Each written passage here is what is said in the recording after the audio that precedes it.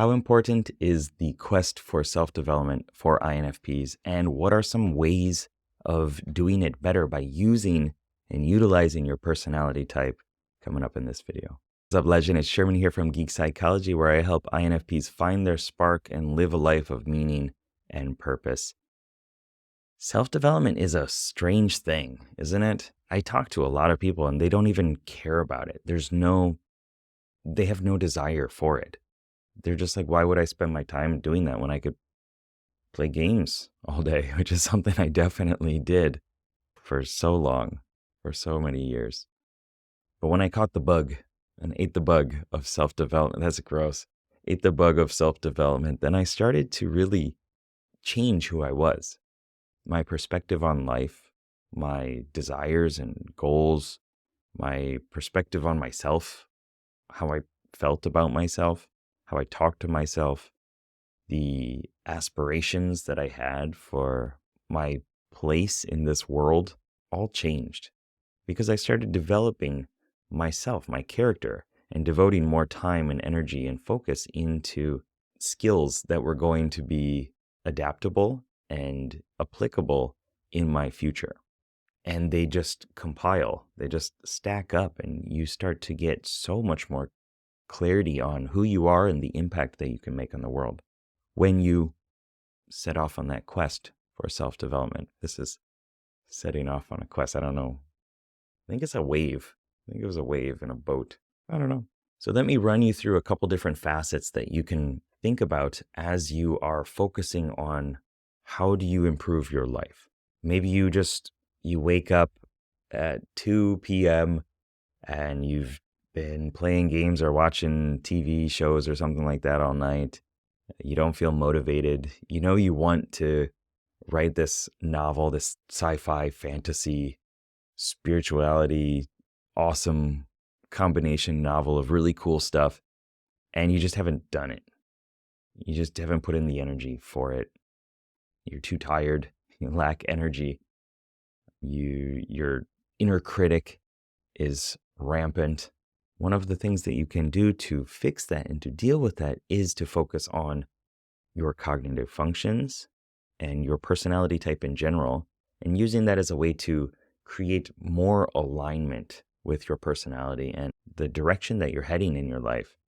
Or if you feel that you are stuck, maybe you can actually start to take some steps. A lot of times when people say that they're stuck, and that's their metaphor for what's going on, it's over-analysis. It's like looking down and being like, which step should I take? And sitting there for a decade, as I did, just like, I'm waiting, I gotta find the right step. Instead of just taking any step and leading somewhere where you can figure out more about yourself. Anyway, where are we going with this? Let's talk about the cognitive functions.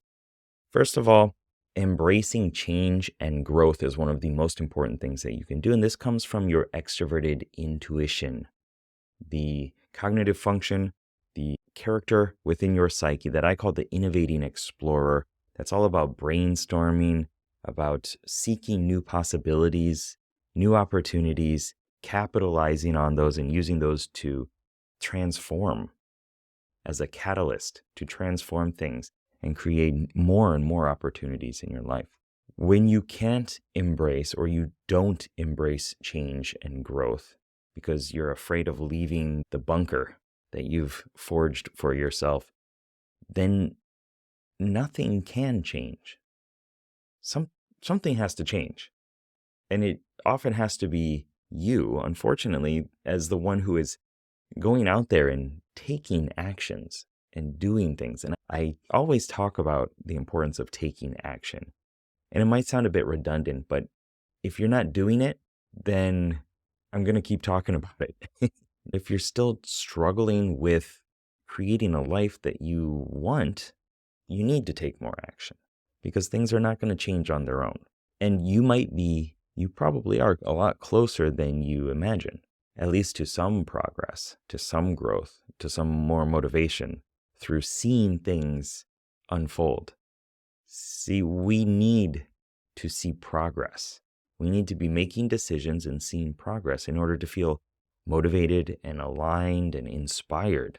If those are not there, then we just get overwhelmed or we get depressed and things don't feel like they're making any difference no matter what we do, but it's probably because we're not doing as much as we really should.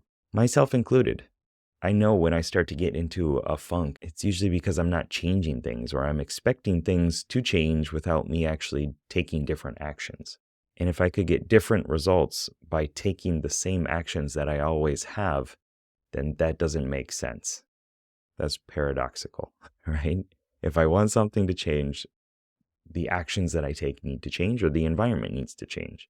And if I take different actions, then the environment will likely change too. So do something drastically different and see how it goes. See what you learn about yourself. See what changes as you add different things to this soup of life experiences.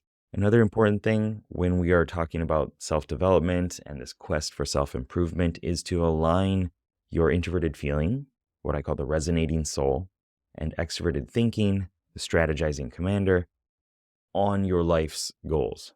So you want to have meaningful goals. Meaningful, like something that's really important to you.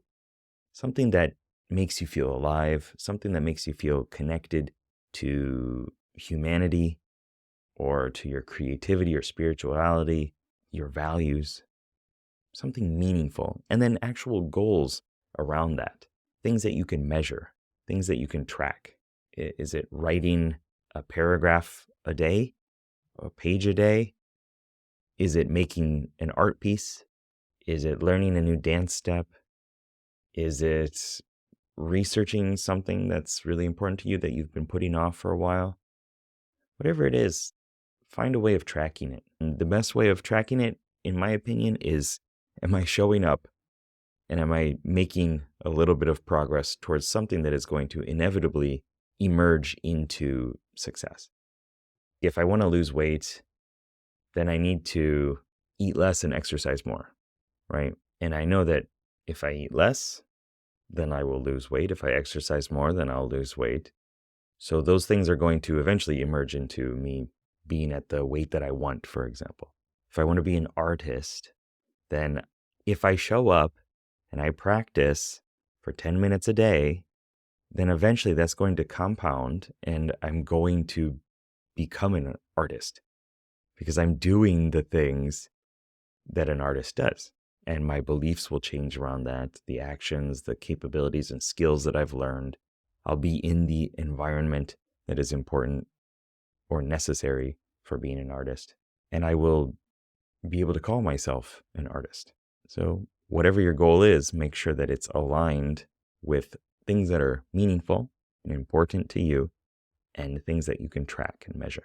And the last one I'll talk about is introverted sensing, the stabilizing guardian within the RPG model. And this is all about learning from life's experiences. If you don't learn from the things that you've done, then you're really lacking a lot of possible progression in your life. If you just live life without contemplation over what worked and what didn't and what was good about this thing that I did in the past and how can I implement that into the future, then you're missing out on so much. And I've done this too. I still do this. I'm sure I could track my progress way better, but some is better than nothing. And eventually, by putting more focus into it, I'll improve on it. And likewise with you too, the more energy and attention and intention that you put into tracking what was good throughout the day, what worked, call it a gratitude journal if you want, or checking things off a list, and just looking to see what went well and how can I implement that better or more into the future. If I didn't learn anything from me moving to Korea about who I want to become and the type of people that I wanted in my life, then it would have just been a wasted year. And unfortunately, I didn't really enjoy my time there, but I learned a lot about myself, a lot about people, a lot about who I wanted to be. And that's what matters, because that lesson will be there for the rest of my life, or as long as it's necessary. So check in with your past, appreciate your guardian, track some things, implement the lessons, And even if it's a bad experience or something that you did or happened to you that you didn't like, ask yourself, what can I learn from this? And how can I have gratitude for this thing? And I know it might have been a horrible experience. And unfortunately, people go through really bad stuff. But there's always something that can be learned from that. Something that can be learned and shared, passed on to other people, so maybe that they don't have to deal with that. Think like Viktor Frankl and the Holocaust and Man's Search for Meaning. If he didn't make it through that and write the book and have those lessons that he was able to pass on to other people, then it would have just been a horrible situation without that bit of learning that we all were able to gain from his hardships and many other people's hardships. And in my life, I know really that I've gained the most understanding about myself from things that I didn't really like. Like with post-reflection, I was like, ooh, I didn't like who I was in that time. I didn't like what happened. I didn't like what I did. That taught me so much more about who I am, who I want to be, who I want to become, and the type of legacy that I want to leave in the world, and the lessons that I want to teach my daughter and my son and you guys. And if I didn't learn anything from those, and if I just said, I'm a bad person because I did this thing, then that doesn't serve anybody, it doesn't help me, and it's just wasted, empty experience. There was no loot drop in that boss that I was fighting or that monster within myself that I fought. It was just an empty fight. But if I look at it and say, okay, there's got to be something that I can learn from this, then there's a possibility that I can learn so much more than I ever thought. Today's question is, if you had already done that thing that you were delaying taking action on a year ago, where would you be now? Think about it, contemplate, and let me know down below in the comments or email me your answers, because thinking is how we make some progress in our life instead of being stuck in the same thought that we've always had. So utilize all 4 of your cognitive functions, your soul, your explorer, your guardian, and your commander, so that you can live a more aligned life, making progress on what's important to you, and have an impact on not just your life, but your friends, family, community, because I guarantee that the world would be a lot better place if we had more INFPs who were really motivated to share what's going on within us. I think the whole world would be way better off. And there would, of course, be some difficulties with getting things done, probably. If you want some help with that, go to infp.geekpsychology.com and you can get the I Now Feel Positive INFP Masterclass, where I run you through how to do a lot of these things that I always talk about with more depth, different mindsets and techniques and hypnosis tracks and little tricks like handwriting, changing your handwriting, and how that can change your approach to goals and self-respect. Bunch of cool stuff that I've learned along my journey. Hope to see you there. Good luck, have fun. Peace.